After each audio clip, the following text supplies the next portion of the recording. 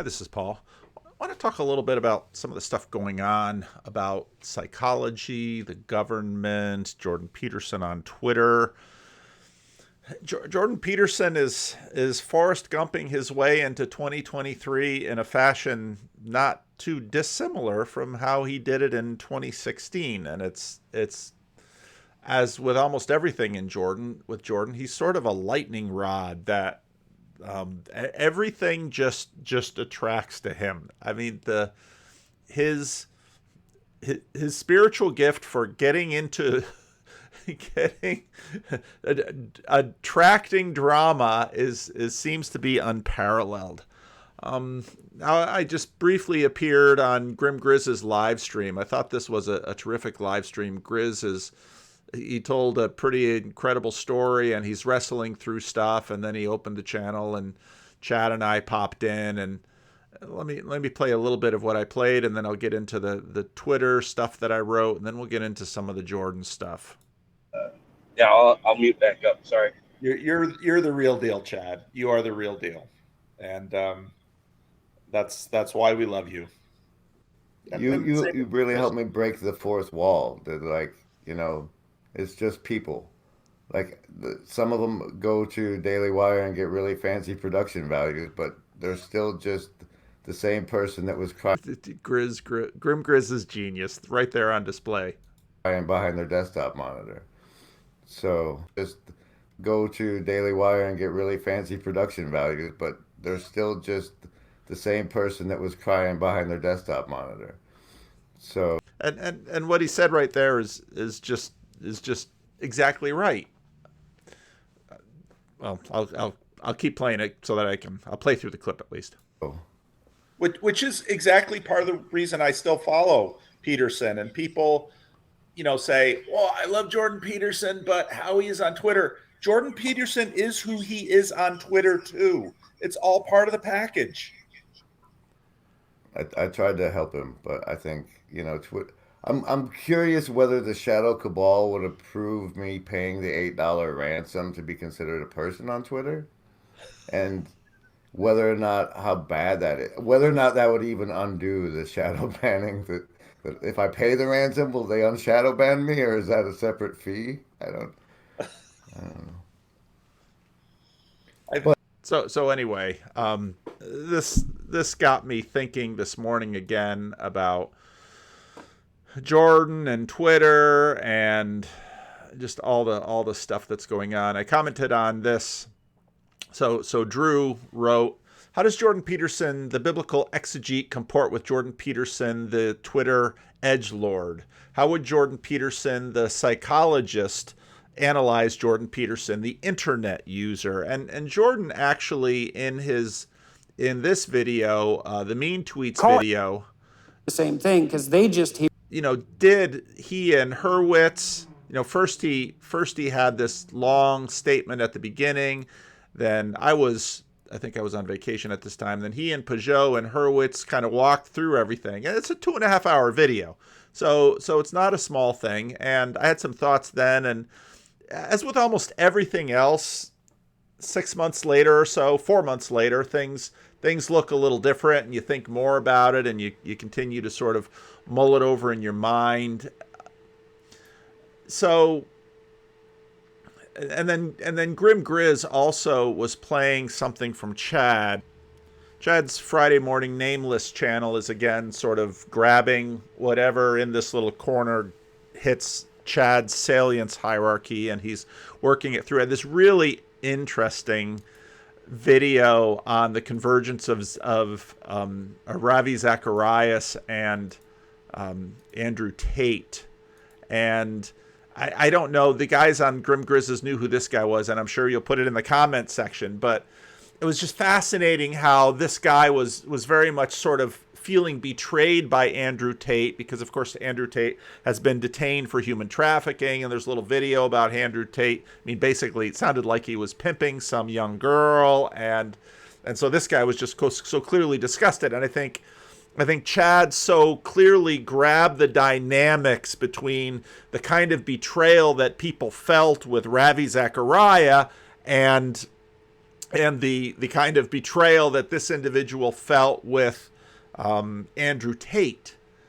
And part of when I talked about when I've talked a little bit about the Roman Catholic pedophile priest scandal, I mean, part of the reason that scandal hit so hard in the Roman Catholic Church is because of their structure, because of their hierarchy, because of, these things aren't disconnected. And so it just raises all of these issues about the relationship between people as they hold an office and the flesh and blood, fallen royalty human beings that inhabit that office. And in many ways, this is sort of behind the whole Jordan Peterson on Twitter thing that Drew brought up. So I'll read the rest of my tweets. A lot is made of the difference between Jordan Peterson on Twitter and Jordan Peterson on YouTube. Too much, in my opinion. I'd rather have a clearer picture of Jordan Peterson through the lenses than through both lenses, both social media lenses, than only through one. Helen Lewis in this podcast, Jacob posted this on Twitter too, Gazing into the Abyss. The New Gurus, this whole BBC Channel 4 podcast that Helen Lewis of Jordan Peterson, British GQ conflict fame, and she has David Fuller on the podcast, and she has a whole bunch of episodes, and it's sort of like she's ripping off Chris Kavanaugh here. But yet, these are really important issues, because part of the sort of facade of modern secularity is that the monarchical vision sort of hovers above everything with pure science, and therefore there's none of the contamination of human beings getting into the science, and with that science, the medical technology and all of those things. And you almost have a parallel thing with, say, the Roman Catholic Church, because this is the magisteria.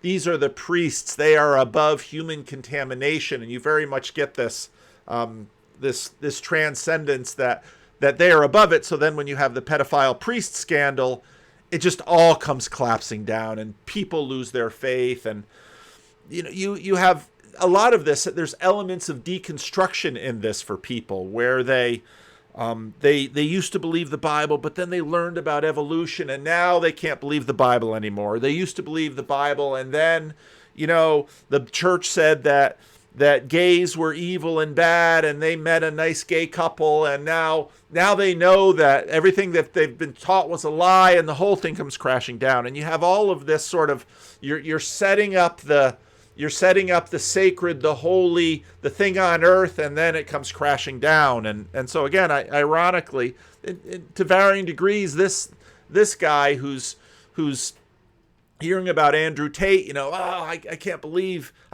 all the things they said about Andrew Tate is true, whereas a lot of the rest of us are kind of like, I don't know, I think the things they're saying about him seem kind of plausible. And of course, people have that same reaction with Jordan Peterson to one degree or not.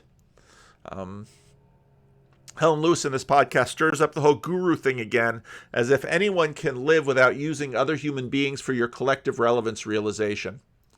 Twitter brings out a side of Jordan Peterson that YouTube doesn't, and vice versa. And this was exactly Greg Hurwitz's complaint, that Jordan, don't talk about these things on Twitter. Now, obviously, Jordan's very freewheeling on Twitter, and you'll get an idea of how he is. But again, Twitter Jordan Peterson isn't exactly the same as, let's say, the view of Jordan Peterson that his wife has, or his daughter and his son have, or his colleagues have. I mean, someone like John Vervaeke or Jonathan Peugeot, who have known Jordan for a while, they have perspectives on Jordan that are years long, are nuanced, and very high resolution. And now what's really key is that we all struggle with this with all of each other. And when I've talked about people before and how well we know them, everyone is this mixture of moreness and suchness. I mean, I've been married to my wife for almost 35 years. I've known her for 37 years, 38 years. Let's see, I met her 37 years. I met her about 2 years before we married. And she still continues to surprise me. And I still continue to surprise her. And people are like that. And there are sides to us that are obvious and upfront, and sides to us that are hidden and revealed. And when we're looking at people through YouTube or video or tweets, we obviously have to make judgments and form opinions, but we always only see the person partially. And there's always distortion from bias and perspective that are part of these things too. Twitter brings out a side of Jordan Peterson that YouTube doesn't, and vice versa. Is it a better side? Now some really like Twitter Jordan, and some really don't. And again, this is sort of the filter that Twitter is, and Jordan's talked about that quite a bit. And but Drew's, what Drew begins with is, a really really good question. How would Jordan Peterson, the psychologist, analyze Jordan Peterson, the internet user?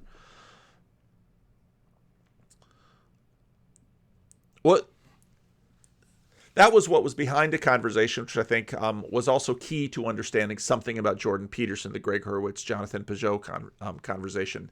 Seeing both the Jordan Peterson of Twitter and the Jordan Peterson of YouTube as data. Now, there are more Jordan Petersons out there. I don't do any Instagram.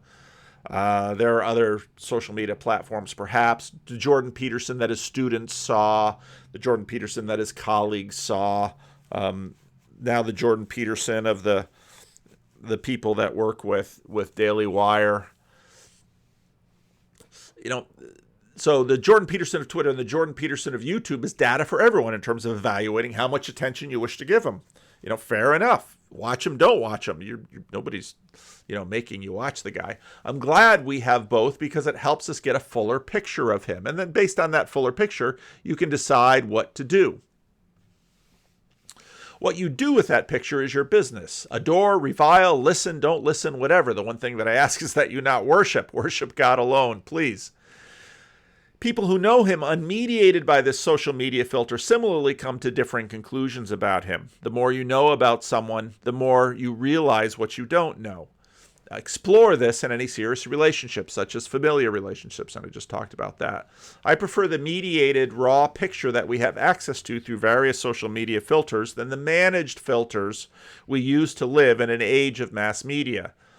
Much more subject to manipulation. More data is better, but also more demanding. So the more Mo you know, and I thought of Mo from the Chicago meetup when there's the more you knows ones that I saw the Mo you know, and I thought of my friend Mo. So this is sort of where we're going with this question of, this gets into, I forget the dude's name, this professor, I think he was in Macau. I did a few videos about him, but profilicity. So you have the profilicity of Jordan on Twitter and the profilicity of Jordan on YouTube, and you have the knowledge of him in other places, and this stuff gets super complex. Now, let's see. Then I posted that tweet, and Grim Grizz posted, and Joseph said, I get to see some of Chris Kavanaugh's tweets because you follow him. Did Jordan Peterson once call him a hairy Irishman or something? I have no idea if he did or didn't. Peterson gets a fairer shake from the CBC. And I thought, well, that's interesting because, of course, the CBC is the Canadian Broadcasting Corporation. And there are a lot of issues that have been raised by a number of people because of the cozy relationship that Canadian media has with the Canadian government. Now, in the United States, you have much more of a market-based system. And each of these systems are going to cause their own distortions because, of course, in America, you're going to have market forces really impacting the way news is disseminated. So College of Ontario psychologists launched investigations after complaints about Jordan's tweets. Now, my favorite line in this whole thing was the first statement. The Wall Street Journal and their opinion crew opened with this sentence: "You would think Canadians had learned by now not to tell Jordan Peterson what to say." I thought that was the best line in this whole thing. because again, Jordan is, and when I say Forrest Gumping, I don't mean he's simple. I don't think he's simple. There's nothing simple about Jordan Peterson after listening to hours and hours. But the funny thing about Forrest Gump is that he's always right there. I mean, at the jogging thing and ping pong with the Chinese, and I mean that's what I mean by Forrest Gumping. So let's take a look at this CBC thing. Why Jordan Peterson being disciplined for his tweets. Why some say that raises free speech issues. College of Ontario Psychologists launched investigation after complaints about Peterson's tweets. Warning, the story contains details some readers might find distressing. It's like, you have a trigger warning on an article like this? I haven't read the whole article, so I don't know what's in it that someone would find distressing. But apparently, the CBC thinks Canadians are extremely sensitive and must be warned before they stumble across something that might be found distressing. I don't know how you can live because, truth be told, I bump into distressing things fairly often, and reality doesn't seem to come with a trigger warning. Anyway, Jordan Peterson says he has no intention of giving up his fight with Ontario's psychologist regulatory body, accusing the college of attempting to stymie his speech and discipline him for his political opinions. And yeah, if you've learned anything about Jordan Peterson, I talked about this with Ron Dart a long time ago. I have to get back to Ron Dart. He sent me an email, and I haven't gotten back to him, because I'd love to talk to Ron again. But Jordan, if there's anything you learn about Jordan Peterson, don't tell him what not to say. If you push him, he'll push back. And that's why when I talked to Ron Dart was sort of comparing Jordan Peterson to Erasmus. I said, no, Jordan Peterson's more like Martin Luther, in that the temperamental quality of Luther that sort of broke open Northern Europe was that, he raises this little objection in the 95 Theses, and he wants a nice confessional conversation and a nice theological conversation. He writes them in Latin, and German students translate them into German, and of course then they're going to seek his head, and you push Martin Luther that way, he pushes back, and you see this continual escalation.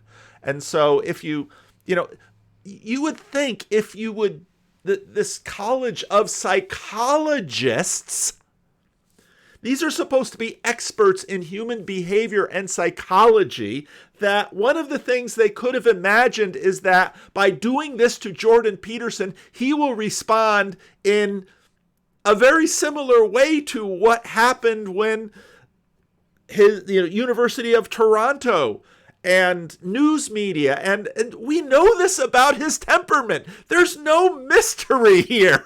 And that you have a college of psychologists that when they get together as a committee in a room, they say, we've got concerns about Jordan. What's the best way to approach him? I know, let's threaten his license. How do you think he'll respond to that? I wonder. The amount of, and the fact that now, unlike 2016, he's got 2+ million Twitter followers, 6+ million YouTube followers. He's got best-selling books that have earned him millions of dollars. He runs a perpetual tour. I mean, there's no longer a book tour. It's a perpetual tour that, has to earn incredible amounts of money. He's got probably an incredibly fat contract with Daily Wire. Yeah, he can tie you up in court a long time. And even if there's probably no realistic possibility that he will ever need his license again to practice psychology as a clinician in Canada, he's going to fight this just on the principle of the thing, because, again, he's Jordan Peterson. This is who he is. And my mind is just boggled that a group of psychologists sitting in a committee meeting couldn't think a few steps ahead and say, this is where this is going. Now I've talked to friends who are themselves psychologists about this, and many of them have mixed feelings about it, because And I can understand some of the arguments on the other side. I frankly have always wondered if at some point what I do on YouTube would cause some people in the Christian Reformed Church to go after me because they didn't like what I do on YouTube. Now, this gets into the whole structural thing and the relationship between psychology and government and church and government and many of these issues that I began to get into just a little bit with John Vervaeke and Jordan Cooper on that video. And I'll get into those a little bit later. But I am a minister in the Christian Reformed Church. I can be disciplined by my local council. One of the big fights going on in the Christian Reformed Church is to what degree could I be disciplined by my classis if they wanted to discipline me and my council was protecting me. There's precedent in the Christian Reformed Church, although not a lot of language, but precedent in the Christian Reformed Church that classis could kick me out. Take it up another level. If Synod wanted to get rid of me in the Christian Reformed Church, could Synod kick me and my church out? And I think the clear answer to that is yes. They did it with a particular church in Classis Lake Erie not too long ago. And that's a whole nother conversation. But there is an interest, a reasonable interest for a professional association to police people for whom they credential, because they credential and license these people to do this thing. Now, the really tricky question gets into how is this professional organization related to the government?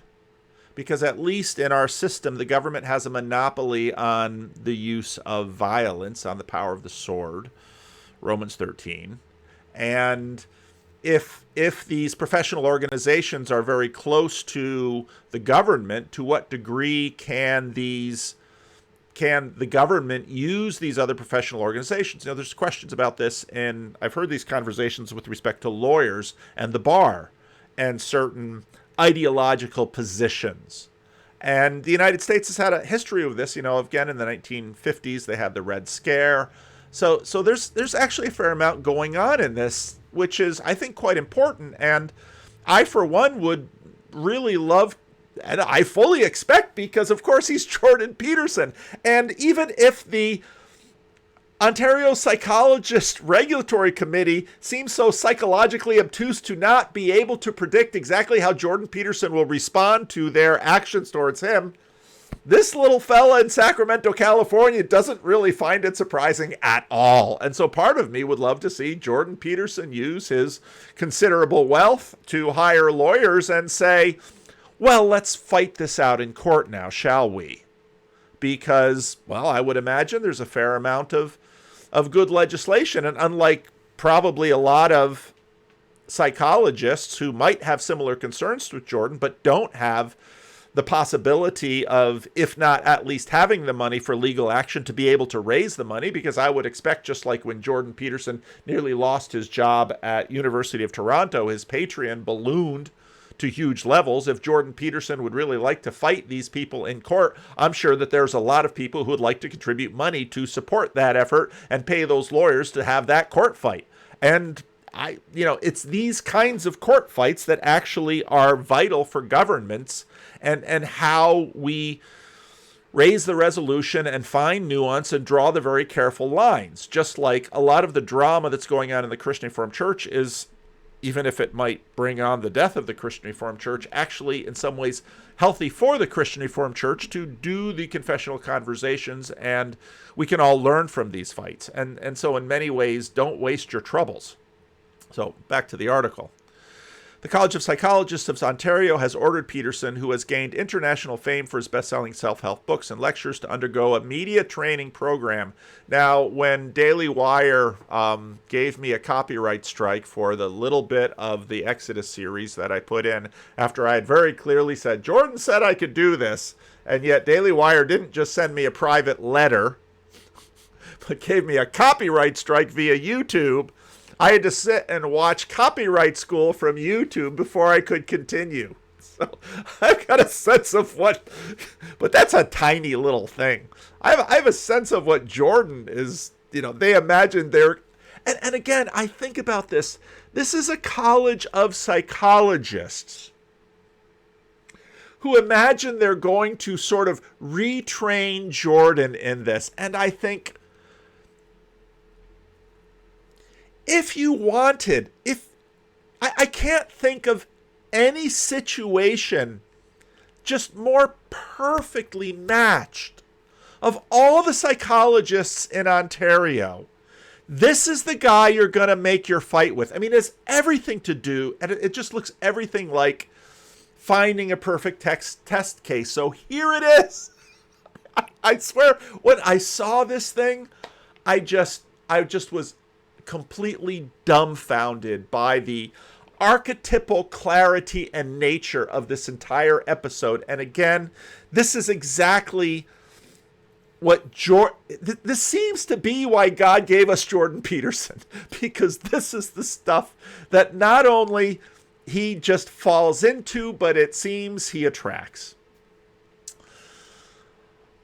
Media training programs saying some of his tweets may be degrading the profession and even raise concerns about his ability as a psychologist. Peterson, a professor emeritus, which is another whole thing. Yeah. So,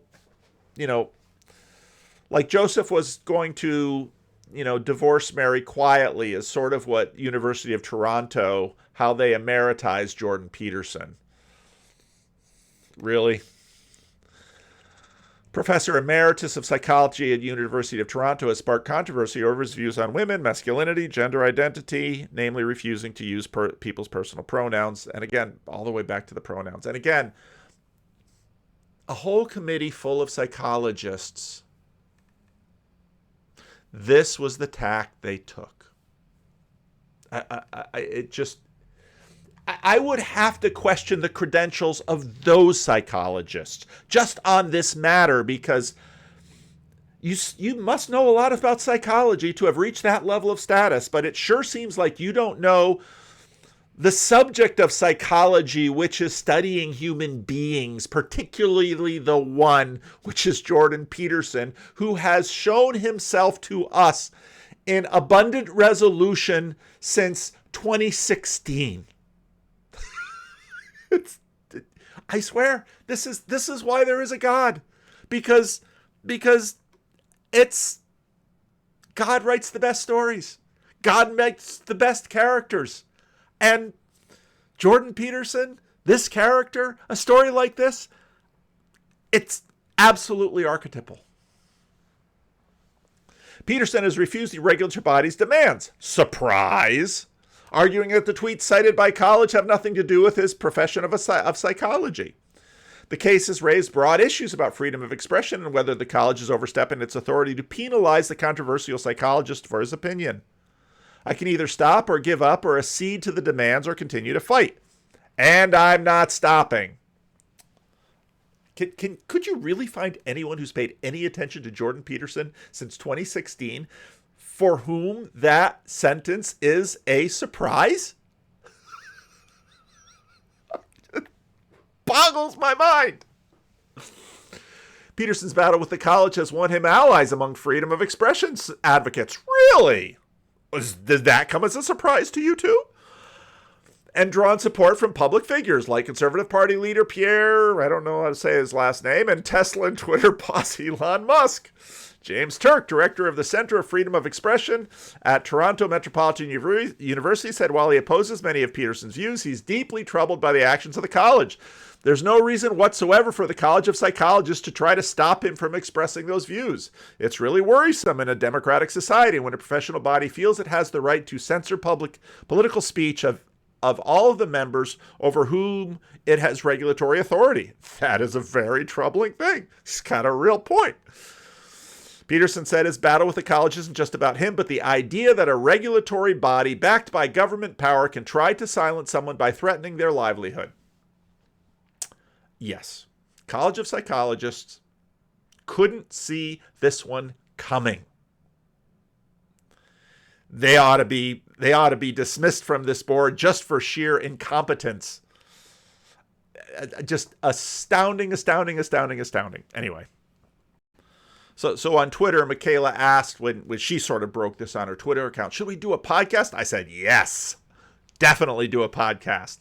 Definitely do a podcast. Why? Because there are important issues beneath this. Absolutely. Issues worth exploring. And I haven't had a chance to watch this yet. So I'm not going to comment on this podcast, although I did watch the first little while, and it opens with a spellbinder. Of course, it's the trailer. So let's see. I get through the Bible teaser, and if this is what's going on with colleges and if they're controlling working professionals so that the working professionals have to work in a way that isn't truthful, I mean, how do you fight back against that? At what point do you just stop playing in that game? People have asked me that too. Why don't you just give up your license? And I would say, well, because I wouldn't be giving it up. I would be allowing it to be taken away from me. Like if and this group of psychologists is surprised that Jordan would, in this moment, draw very careful distinctions and dig in like a badger. Did you pay no attention to 2016? Again, this just boggles my mind. It just boggles my mind. If I decide in a year that I don't want to be a licensed clinical psychologist because the whole damn profession has become corrupt, that's a whole different issue than letting this pack of craven commissar cowards utilize the complaints of random people online to justify their own envy and desire to prosecute and then fold in the face of that opposition. It's like, I'm not going to do that. The only thing you have in a complex situation is the truth. That's all you have.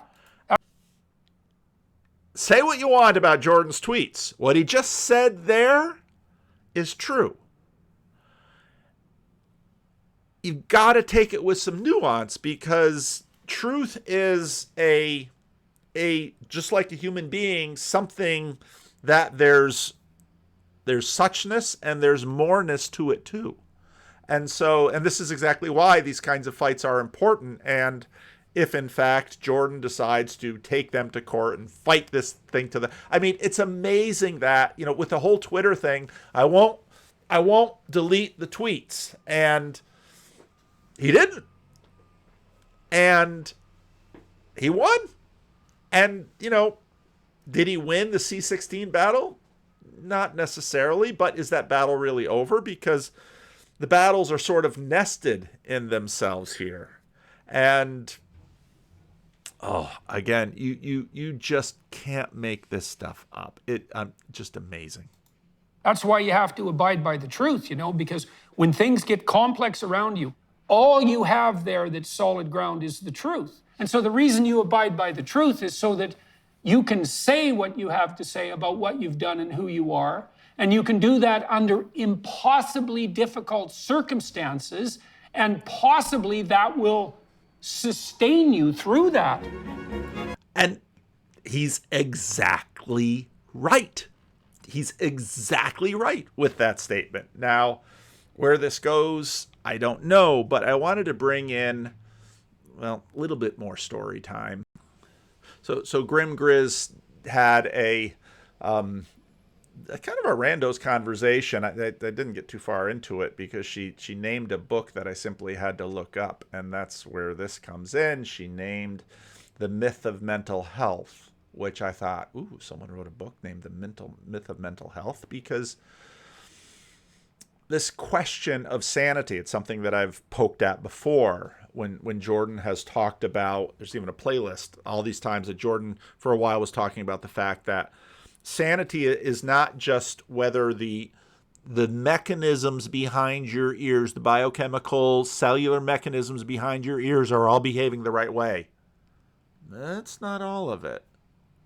And I actually had a offline conversation with a former graduate student, a very close working graduate student with Jordan Peterson, who was doing work in this area of, what are we really talking about when we talk about mental health?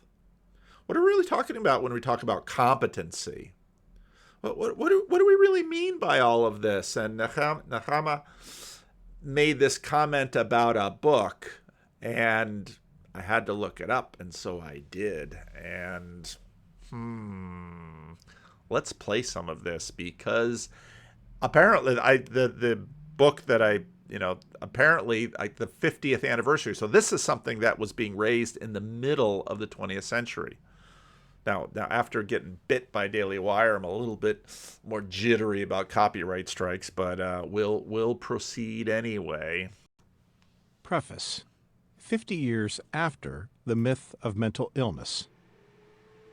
Good intentions will always be pleaded for every assumption of authority. It is hardly too strong to say that the Constitution was made to guard the people against the dangers of good intentions. Daniel Webster. 1.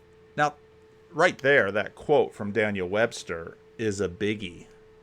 And part of what has really come out in everything that's gone on since 2016 is a lot of the wisdom that has been built into the American system. Because in many ways, the American system, written by a bunch of classicists who were pushing against a British monarchy, while themselves also being the heirs of a lot of British jurisprudence.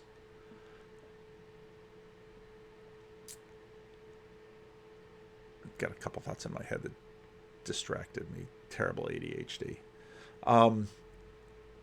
They developed a system to protect the people from the government, while hopefully also developing a system where the government would help the people. But that help and protect dynamic is really, really tricky. Let's see if I can play this in a different player.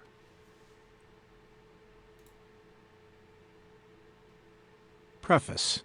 50 years after the... The reason I can't play it directly in this, I've got a little issue with my device driver, and every time I play Audible, one monitor goes out, and it just kind of wreaks havoc in the setup. So, the myth of mental illness. Good intentions will always be pleaded for every assumption of authority. It is hardly too strong to say that the Constitution was made to guard the people against the dangers of good intentions. Daniel Webster.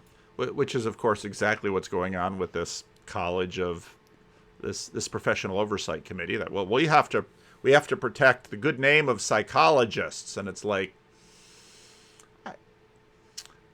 I've known my fair share of psychologists. The old saying that people go into psychology because they want to heal themselves. I've got good friends who are psychologists. We just did a thing with Eamon and Catherine, who I love dearly, and I've met some amazing psychologists, and I've met some psychologists I wouldn't leave my dog with. 1.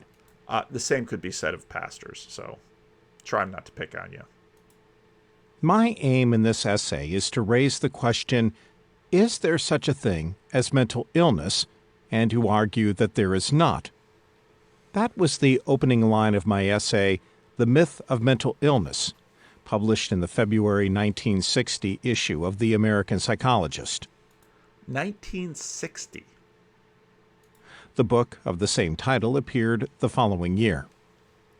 In the 1950s, when I wrote The Myth of Mental Illness, the notion that it is the responsibility of the federal government to provide health care to the American people had not yet entered national consciousness. Most persons called mental patients were then considered chronic and incurable, and were confined in state mental hospitals. The physicians who cared for them were employees of the state governments. Physicians in the private sector treated voluntary patients and were paid by their clients or the clients' families. Since that time, the formerly sharp distinctions between medical hospitals and mental hospitals, voluntary and involuntary mental patients, and private and public psychiatry have blurred into non-existence. Now, he's talking about the United States. Canada, I would assume the systems are far more enmeshed in terms of the government. Virtually all medical and mental health care is now the responsibility of and is regulated by the federal government, and its cost is paid, in full or in part, by the federal government. Few, if any, psychiatrists make a living from fees collected directly from patients, and none is free to contract directly with his patients about the terms of the therapeutic contract governing their relationship. Everyone defined as a mental health professional is now legally responsible for preventing his patient from being dangerous to himself or others. In short, This gets into the Canadian medical-assisted suicide regime, but go on. psychiatry is medicalized through and through. The opinion of official American psychiatry, embodied in the American Psychiatric Association, contains the imprimatur of the federal and state governments. There is no legally valid non-medical approach to mental illness, just as there is no such approach to measles or melanoma. This is why, 50 years ago, it made sense to assert that mental illnesses are not diseases, but it makes no sense to say so today. Debate about what counts as mental illness has been replaced by legislation about the medicalization and demedicalization of behavior. Old diseases such as homosexuality and hysteria disappear, while new diseases such as gambling and smoking appear as if to replace them. 50 years ago, the question, "What is mental illness?" was of interest to the general public as well as to philosophers, sociologists, and medical professionals. This is no longer the case. The question has been answered, dismissed would be more accurate, by the holders of political power. Representing the state, they decree that mental illness is a disease like any other. Political power and professional self-interest unite in turning a false belief into a lying fact. In 1999, President William J. Clinton declared, "Mental illness can be accurately diagnosed, successfully treated, just as physical illness." Tipper. Now, the fact that this is Bill Clinton makes the story all the better. Gore, President Clinton's mental health advisor, stated, "One of the most widely believed and most damaging myths is that mental illness is not a physical disease. Nothing could be further from the truth." Surgeon General David Satcher agreed. Just as things go wrong with the heart and kidneys and liver, so things go wrong with the brain. A White House fact sheet on myths and facts about mental illness asserted, "Research in the last decade proves that mental illnesses are diagnosable disorders of the brain." In 2007, Joseph Biden, then Senator, now Vice President, declared, "Addiction is a neurobiological disease, not a lifestyle choice, and it's about time we start treating it as such. We must lead by example and change the names of our federal research institutes to accurately reflect this reality. By changing the way we talk about addiction, we change the way people think about addiction, both of which are critical steps in getting past the social stigma too often associated with the disease." At the same time, Biden introduced to the Senate a bill titled the Recognizing Addiction as a Disease Act. The legislation called for renaming the National Institute on Drug Abuse as the National Institute on Diseases of Addiction, and the National Institute on Alcohol Abuse and Alcoholism as the National Institute on Alcohol Disorders and Health. In 2008, Congress required insurance companies to provide people with mental illnesses the same access to affordable coverage as those with physical illnesses. The claim that mental illnesses are diagnosable disorders of the brain is not based on scientific research. It is a lie, an error, or a naive revival of the somatic premise of the long discredited humoral theory of disease. My claim that mental illnesses are fictitious illnesses is also not based on scientific research. It rests on the materialist scientific definition of illness as a pathological alteration of cells, tissues, and organs. If we accept this scientific definition of disease, then it follows that mental illness is a metaphor, and that asserting that view is asserting an analytic truth not subject to empirical falsification. My great, unforgivable sin in the myth of mental illness was calling public attention to the linguistic pretensions of psychiatry and its preemptive rhetoric. Who can be against helping suffering patients or treating treatable diseases? Who can be for ignoring sick people, or worse, refusing to give patients life-saving treatment? Rejecting that jargon, I insisted that mental hospitals are like prisons, not hospitals. That involuntary mental hospitalization is a type of imprisonment, not medical care. And that coercive psychiatrists function as judges and jailers, not healers. I suggested that we view and understand mental illnesses and psychiatric responses to them as matters of law and rhetoric, not matters of medicine or science. This sort of rhetorical preemption is, of course, not limited to mental health. On the contrary, it is a popular political stratagem. For example, my late friend, the development economist P.T. Bauer, saw the same sort of deceptive rhetoric controlling the debate about foreign aid. To call official wealth transfers aid promotes an unquestioning attitude. It disarms criticism, obscures realities, and prejudges results. Who can be against aid to the less fortunate? Although it is intuitively obvious that there is no such thing as a disease of the mind, the idea that mental illness is not a medical problem runs counter to public education. Psychiatric dogma defines. Now, you have to listen carefully here. And this gets super complex because our understanding, this is where you get into cognitive science, because remember, a disease of the mind. Now pay attention, he said mind, not brain. And you probably didn't catch that, because if you say a disease of the brain, you might think again at the cellular level. Dysfunction at the cellular level would be a disease of the brain. But a disease of the mind. Is the mind material? Is that what we're talking about? How would one treat that? And now this is super complex for me, obviously, because anybody who follows this channel, who knows what happens in my day job, knows that I regularly deal with, work with, minister to, live with people with a whole variety of mental illnesses. And I think he entitles this, and by no means I haven't read the whole book, but he entitles this using myth in the sense of untrue story. And I would rather interpret the title as myth as in terms of globalizing story or worldview, because that is exactly what's going on. If you go back to Eamon's comment in one of our marriage series where, basically one of his college professors says, well, as Islam is to many countries in the Middle East, psychology is to the West. It's just, when he said that, it was just like, yeah. And it goes all the way up to the government. And it's a huge, huge, huge thing. Defining psychiatry as a branch of medicine and mental disease as brain disease and relentless medical political propaganda.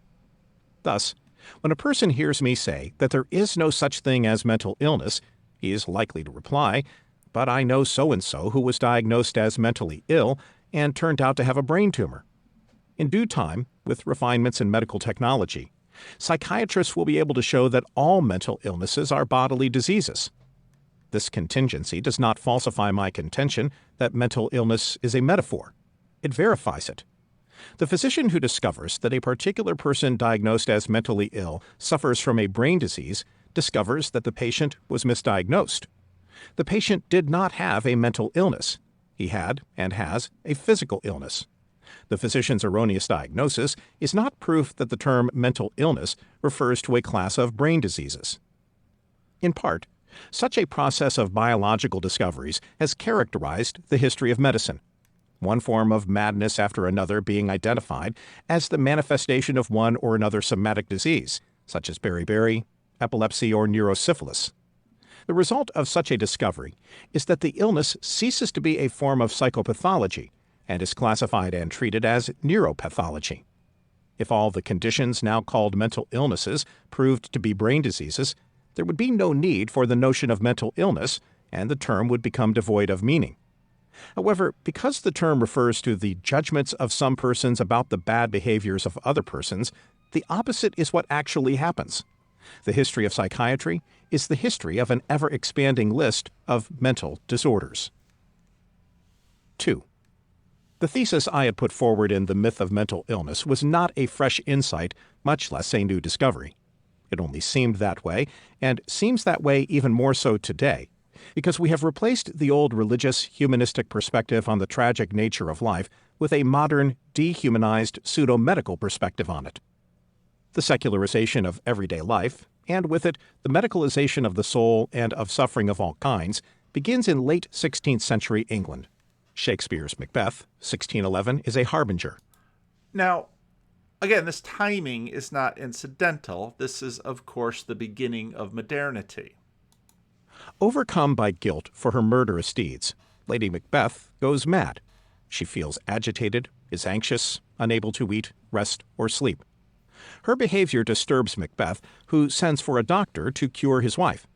The doctor arrives and quickly recognizes the source of Lady Macbeth's problem. Doctor to gentlewoman. Go to. You have known what you should not. Gentlewoman. She has spoke what she should not. I am sure of that.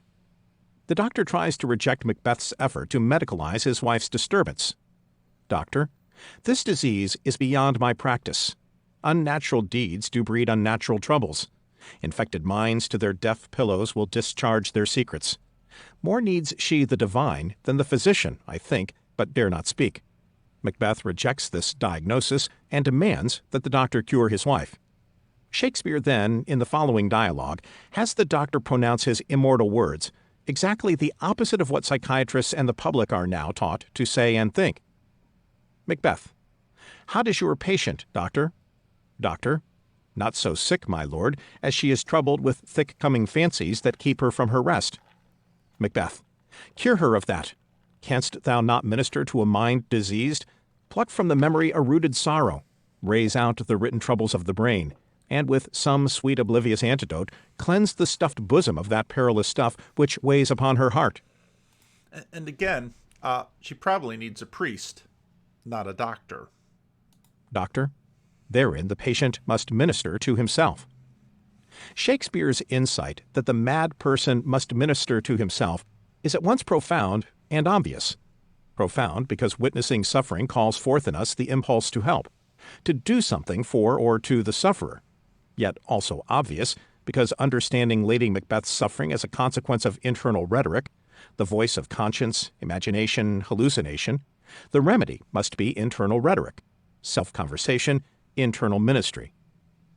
Shakespeare's rhetorical understanding of mental illness is portrayed most clearly and most dramatically in Othello, in which the title character is driven mad by a combination of Iago's malicious words and his own destructive and self-destructive self-conversation, jealousy. Iago. Work on, my medicine, work. Thus credulous fools are caught.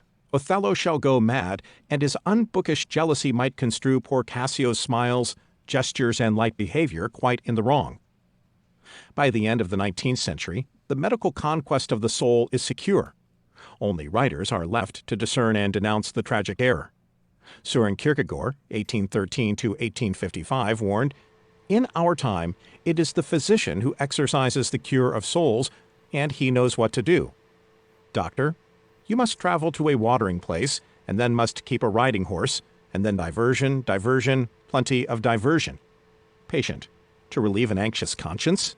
Doctor, bosh, get out with that stuff. An anxious conscience, no such thing exists anymore." Today, the role of the physician as curer of the soul is uncontested. There are no more bad people in the world, there are only mentally ill people.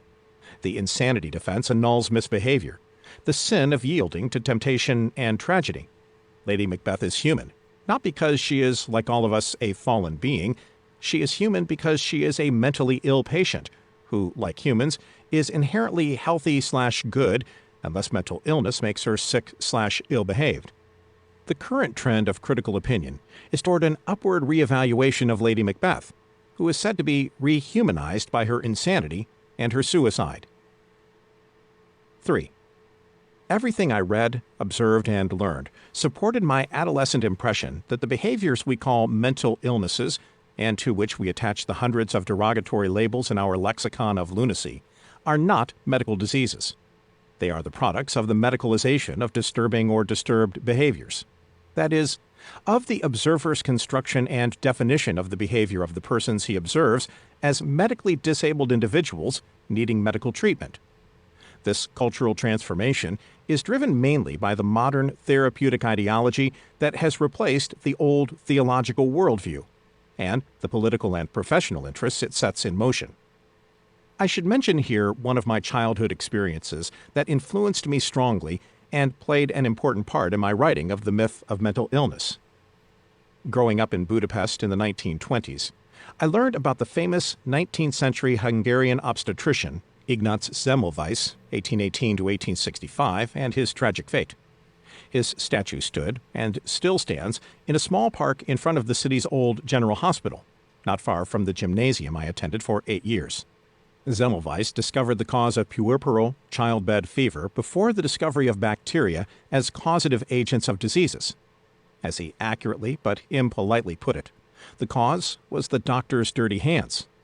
Semmelweis also developed a method for preventing the terrifying epidemics of puerperal fever endemic to mid-19th century hospital maternity wards: hand washing with chlorinated water. I was deeply moved by the story of Semmelweis's life, the rejection of his discovery and remedy by the medical profession inconvenienced by it, and his incarceration and death in an insane asylum. It taught me at an early age that being wrong can be dangerous, but being right, when society regards the majority's falsehood as truth, could be fatal. This principle is especially relevant to the false truths that are a basic part of an entire society's belief system, and that support economically and existentially important common practices. In the past, fundamental false truths were religious in nature. Today, they are mainly medical in nature. The lesson of Semmelweis's fate served me well. And of course, we've just had this massive fight over COVID. Now, this is super complex because part of what we're looking at, hang on, I'll switch to something else. This conversation, which I haven't really gotten into, and the last part of this, which is behind the paywall, is really very good.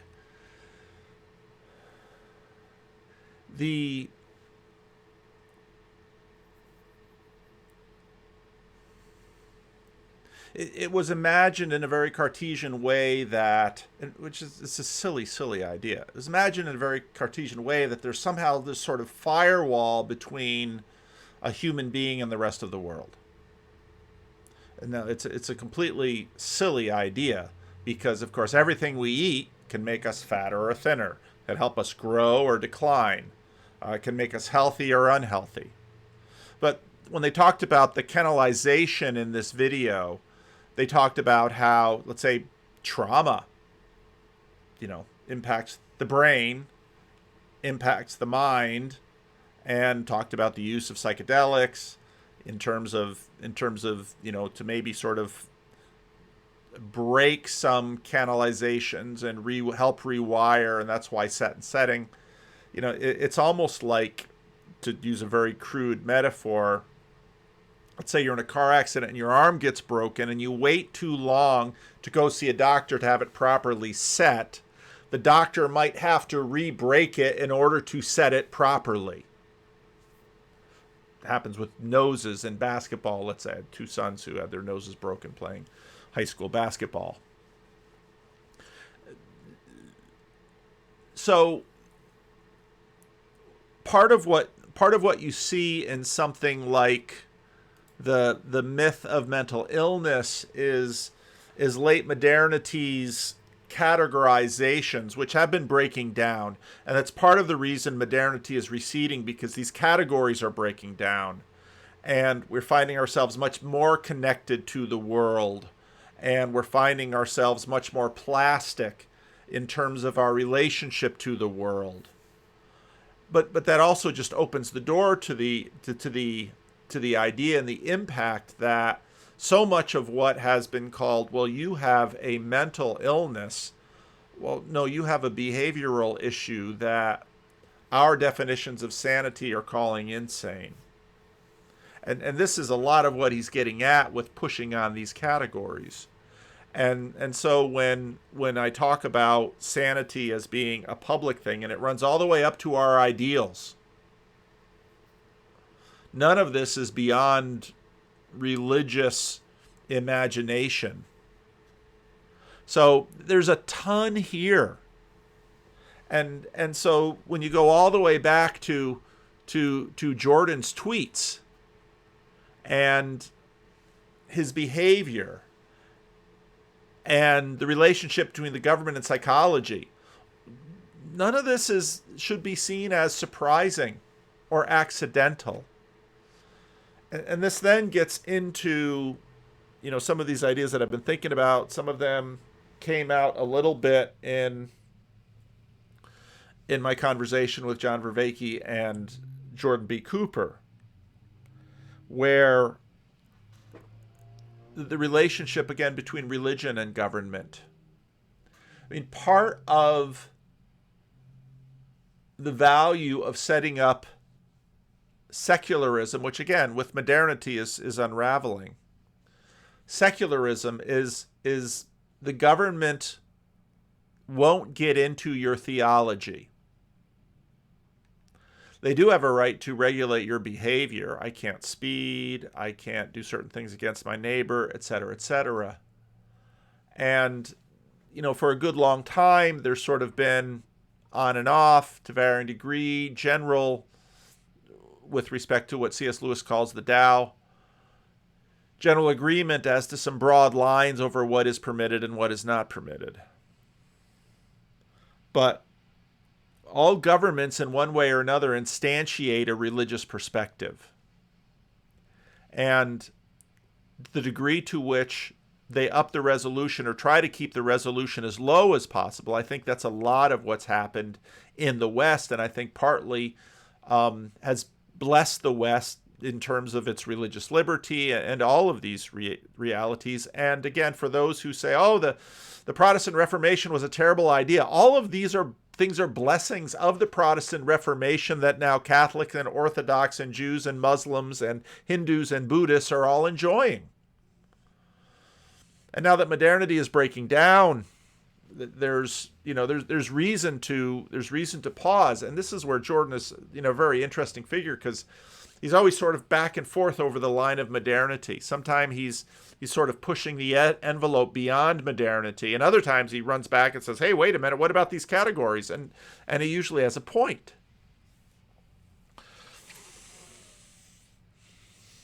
So on one hand, this episode is just endlessly amusing because of the seeming obtuseness of a college of psychologists who couldn't seem to have found any other way to address their concerns beyond pushing a man for whom that pushing would have the most obvious reaction that any of us could have predicted. But at the same time, unleashing and revealing for us deep, important questions, inviting us into conversations. This, again, is exactly what happened in 2016. And so in some ways, 2023 is 2016 all over again. And it's not going to be just compelled speech and C16 and pronouns. It's going to be much bigger, deeper areas, which is, again, why you want to have courts and lawyers and judges and legislation and social conversations and all of the chewing on this stuff we're doing now. So I think I've given you some things to think about, and I can't wait to read the comments for this. And we will just see where this thing goes, won't we? So leave a comment.